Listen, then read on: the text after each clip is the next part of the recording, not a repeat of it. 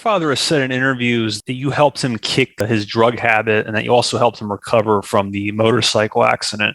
How did you help your father overcome this hurdle in his life? Well, pretty much my whole childhood, my mom and I were trying to get him to quit partying so much, and it was hard because he had been nominated for the Academy Award, and that was by portraying a guy who was a rock star. My dad started out as a musician, Mm-hmm. so I think in his mind he was like, "Great, I'm going to parlay this into becoming a rock star." Meanwhile, every studio making a movie was throwing scripts at him. Our dining room table, we didn't eat at the dining room table because it was covered in stacks and stacks of scripts. And he refused to work. He chose to write songs, and he built a soundproof studio in the house. And he basically spent all of his time with his friends, writing and playing music in our house. And then when he wasn't doing that, he'd be at one of the local little recording studios in Malibu, and he was friends with everybody that was a musician. And he would sit in and play at the local little tavern the only place everyone would congregate, because it was 13,000 people in the town. It was a very small town. And so he basically spent his 30s doing drugs and trying to become a rock star. And then we'd run out of money, and he would quickly, he'd say to my mom, like, "Okay, which is the best script and the most money?" And she'd say, "Well, I read this, I kind of like this." And he'd take a look at it, and he'd call his manager and figure out what the money they were offering, and whichever one made the most, he'd take it. And then so he worked like once a year, but he made enough money being not Academy Award nominated, so we'd be good for another year. And then he would he'd write songs and party in his studio. And there was some great times in there and great memories, but it was also chaos. I mean, when you're a kid growing up in an environment where there's tons of adults coming in and out of your house at all hours of the day, all the time, and they're all like these eccentric musicians, and all of them are high on coke, and they haven't slept in a week, and so they stink and they talk too much, and their eyes are all dilated and bugged out. And it's not a normal way to raise a kid. But my mom, she was amazing, because she didn't drink or smoke or any party or anything like that with those guys, which ultimately I think was the demise of their relationship, which wound up being a much better thing, I think, for both of them. I was so relieved when they got divorced when I was 16. It was like, finally, after all these years, after 8 years of insanity, thank God, some peace. But so how did I help get him sober? It was, there was pretty much my teens were spent, like, we would always go on trips to try and get him to sober up, or rehab kind of thing. We took him to some big rehab places, like you see in that TV show Californication. And so there was a lot of that. And then I think ultimately he hit a point where he just couldn't continue the path that he was on. And he had a revelation of some sorts. And then he bounced back. He was amazing. He got himself back on his feet. He did Lethal Weapon. It was the first movie that he had auditioned for since the 70s. And that really got him going. And then by then I started auditioning for things, and I'd worked a little bit, and I was reading for bigger movies, and smaller roles, but big movies, right? So I went in and did an audition for Point Break to play one of the surfers.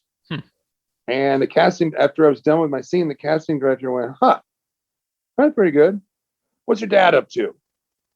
And I said, I don't know, give him a ring. He's Gary Busey. And casting directors. He's like, yeah, okay, yeah, he'd be great for the detective. I said, yeah, he probably would. Yeah, I'm sure he'd love to do it. And so he's like, Nancy, call Gary Busey, get a hold of Gary Busey. So I got him that job, which was cool. And then I went and I auditioned for another show, a Steven Seagal movie called Under Siege. And it was to play like this, like a this bad guy pirate, kind of one of the henchmen kind of dudes. Right. And the same thing. The casting director says, that was good. That was interesting, Jake. What's your dad doing? And and clearly they weren't trying to go through me to get to him, because they're big casting directors on big studio films. But it's just, I guess, I reminded them that he was around because he had a little bit of a break, because he had the problems with the drugs and the alcohol and stuff. So, and then these were all right in a row. So then after that was a movie called Drop Zone with Wesley Snipes, and it's like parachuting dudes in the Miami, and that was a cool movie. And so the same thing happened. It was, great job, Jake. What's your dad up to? And the great thing was I was young at that point, right? I was like 18, 19. Mm-hmm. No, more like 19, 20, I guess, for the Under Siege. And yeah, for all of those, I guess those two came before Point Break. Mm-hmm. Bear with me, folks. I'm getting old. But so he brought me with him. So when he was doing Under Siege, we both went down to Alabama, where the ship was in the harbor that they filmed on. And I spent the whole time with him there, like I had done when I was a little kid. It seemed like a lot of time had passed. Funny how it is when we're young, when we're kids, like summertime seems like forever. Years, everything gets faster as years go by. So, yeah, and then on Drop Zone, went down to the Florida Keys where he was shooting that. Did I wish I was in those movies? Yeah, but I knew I was just starting out, and I was glad that he got it, or he got those films, because, he's amazing. So yeah, I guess that's one of the ways I helped him get back on his feet, I suppose. And then in 1988, he was like jamming.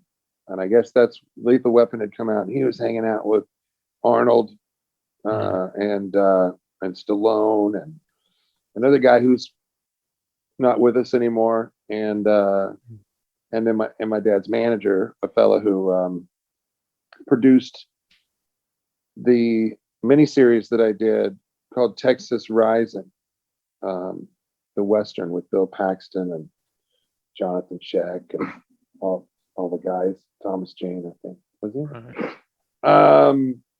But anyway, so those guys were hanging around a lot. They were riding. They all got their Harleys together. They were smoking cigars together. My dad was in the club. It was, Stallone, Schwarzenegger, Busey, Sharkey, and they did the whole love ride thing with the Hells Angels, and it was great. And then he crashed, and that was before the helmet law in California, and he had a very bad accident. He was in a coma, and he almost died, and it took a few months before he came out of that. And so that was my senior year in high school, I guess, because I almost didn't graduate.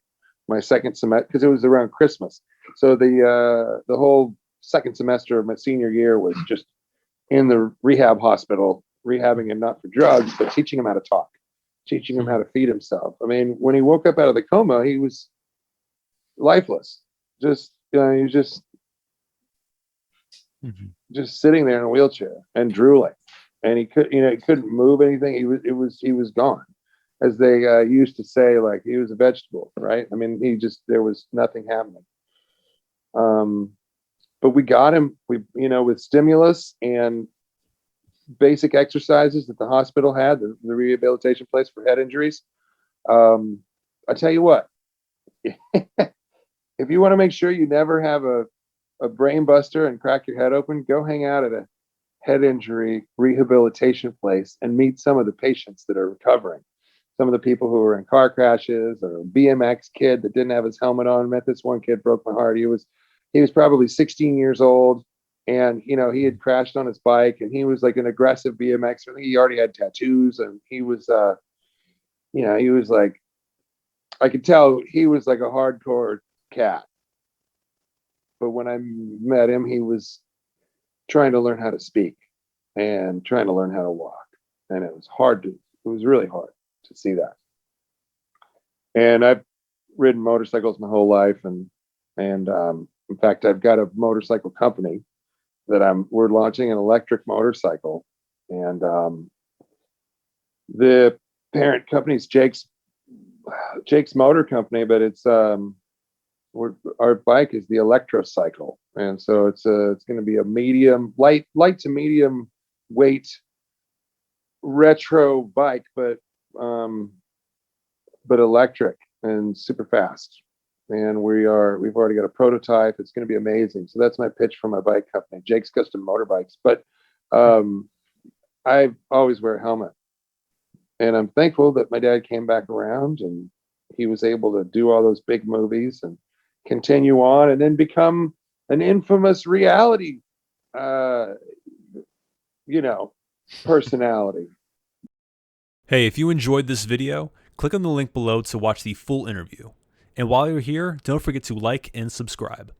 Thank you.